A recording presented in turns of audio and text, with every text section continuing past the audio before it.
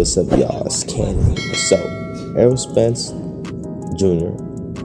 and Terence Crawford. Okay. Well, there's been a lot of speculation between the dates of this fight. Is it going to be the November 12th or 19th? Like, which one is it going to be? Is it truth or speculation? And what I always say with a situation like this is speculation, most likely. It seems like every single fight date is typically not true.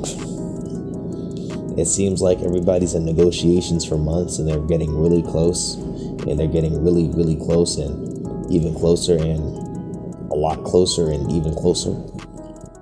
And it seems to just never go anywhere despite that. Despite, people saying how close it's getting and how close it's coming to fruition and how much more improved it is. If it was getting closer to being finished, it would have probably been done in negotiations already. People building so much anticipation with this fight being dang near finished is kind of ridiculous, It's pretty ridiculous. This fight, when it comes to negotiations, seems to have not made any progress because I go from hearing Terence Crawford is demanding $15 million to $25 million, and I hear Terence Crawford demanding or saying that this fight was going to happen down the line. Do you not want to fight Errol Spence? Do you not want to fight Errol Spence? Like, do you not want to fight him or something? Does Errol Spence not want to fight you? What? Because Errol Spence put in a rematch clause? Is that big of a deal? If Errol Spence puts in a rematch clause for that fight, because I guarantee Terence Crawford's going to stop Errol Spence one on points, and that rematch is going to happen. And by that time, Jamel Charlo is going to be at that 160 pounds, and that fight between Crawford and Charlo may never happen. I personally want to see that more than an Errol Spence versus Crawford personally, but Errol Spence versus Crawford is also a fight that many people want to see. I want to see it too. I just would prefer the Charlo matchup. But, this is his time to be a two-time undisputed champion. And Errol Spence has all the titles. Errol Spence literally has all the titles. And I'm going to tell you one thing, right? If Ugas upset Spence, this undisputed fight would have already been set already. This fight would have been so much set. This fight would have been set. It would have been set immediately, essentially. It would have been so much easier to make. I'm sure it probably would have had a rematch. I don't think they even had a rematch clause for Ugas. Maybe not. Maybe so, because, you guys are still a champion, too. He was still a champion.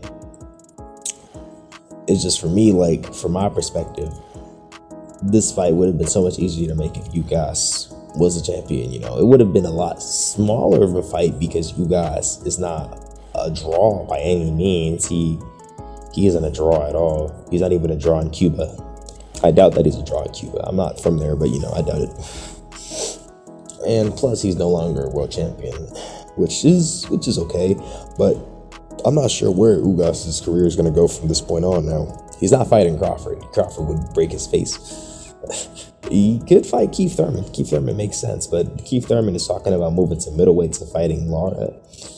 And in that fight, I would pick Lara because, I think Chris Eubank. Not Chris Eubank. Sorry for that. That's so random. But I think that Keith Thurman has the potential to beat Lara. Maybe at this age he has the potential to beat Lara. But I would say at 154 and a younger Lara, I would pick Lara to win probably, or at least a draw. I think I keep saying Chris Eubank for. I think Keith Thurman. I think Keith Thurman could seriously do something at these higher weight divisions. It's just that, Lara is not a good stylistic matchup for many fighters. Keith Thurman may win in the boxing battle, but typically, especially if it was a younger Lara, I would not pick him at all in that type of fight. But, Lara is older now, so I probably would give it to him. And for Crawford and Charlo, though, I would pick Crawford. I think Crawford has the tools and skill set to negate Charlo. I don't think Charlo has the same jab and physicality as Jamal Charlo. If he did, I would pick Jermell, because Jermell would have had a lot better of ring generalship to make Crawford uncomfortable in the ring, but he doesn't share that same skill set now. So I would pick Jermell, because I feel like Crawford would be able to physically move him around more. And Errol Spence, he's feeling good with that 154 weight, but oh well. Oh man. What's going to be happening if this fight doesn't happen, though? Are they just going to move up? Are they going to give one of the prospects a chance to fight for the title? Like, they're probably not going to let Ennis fight. They're probably not going to fight Ennis, because he's a prospect. Unless he was a mandatory at number 1 for all fights, but I don't think he is. So nobody even has a reason to fight him in the first place. Secondly, he's small and unpopular, so he's not going to make that much money. And you're a prize fighter and you're fighting a prospect. That's not going to do well for you, especially if you lose. Your value's going to go down so much more, and their stock is going to raise up. This Crawford versus Spence fight, I hope it happens. I think this fight is pretty predictable, in my opinion, in terms of the result, but it may go several ways because of how drastic this fight is. I don't think that Errol Spence is going to be no slouch. I hope he's not the underdog, because I would like to bet on it, but it seems like he may end up being the underdog against Crawford, which is crazy because of how I always saw Errol Spence as the bigger star than Terence Crawford, but I guess not. But I guess not in terms of those betting odds, because I seriously thought that Crawford would have had the lower half of the betting, but apparently not, which is surprising. I caught me off guard when I looked at those odds. I'm like, what? Smaller? He's a smaller odd? I could put my money on Spence, because this fight is basically a 50-50 fight. Then in return, people may say, oh, Errol Spence is not the fight people think he is. Maybe not. Maybe at the end, we're going to find out that Errol Spence is not the fighter, or we're going to find out that Terence Crawford is not the real fighter. But I think he is. I think he is a serious business, I think he's a serious fighter. I think he's ready for this. I think everyone's ready. I think Keith Thurman versus Crawford and Spence would be a good scrap, but they're never going to fight him. The only person who I would see fighting Keith Thurman is Terence Crawford, and I expect Terence Crawford to drop and stop Keith Thurman. No doubt. I would personally, out of these dates between the 12th and the 16th, or the 12th and the 19th, I would expect probably the latter half of the year, the latter half of the month. So I would expect the 19th to be the date for the official Terence Crawford versus Errol Spence fight.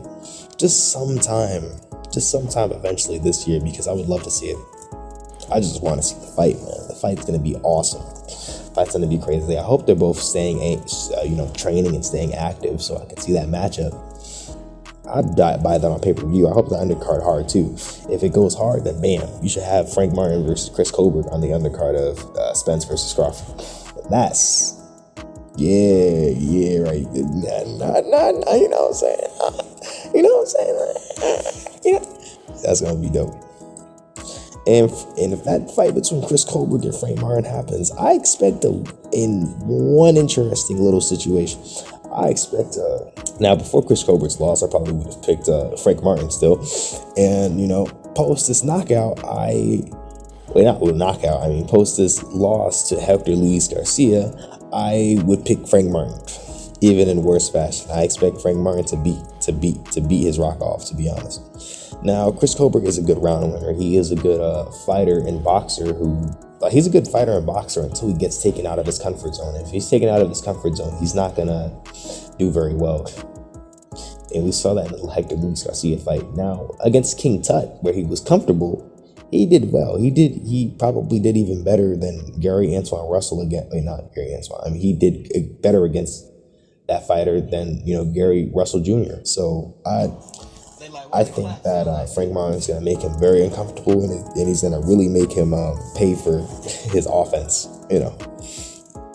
because Frank Martin is the type of fighter who, puts the stuff on you, but he's a really good boxer too. He can really fight. He has really firm, quick punches. that's very speedy. He's going to give Chris Colbert problems.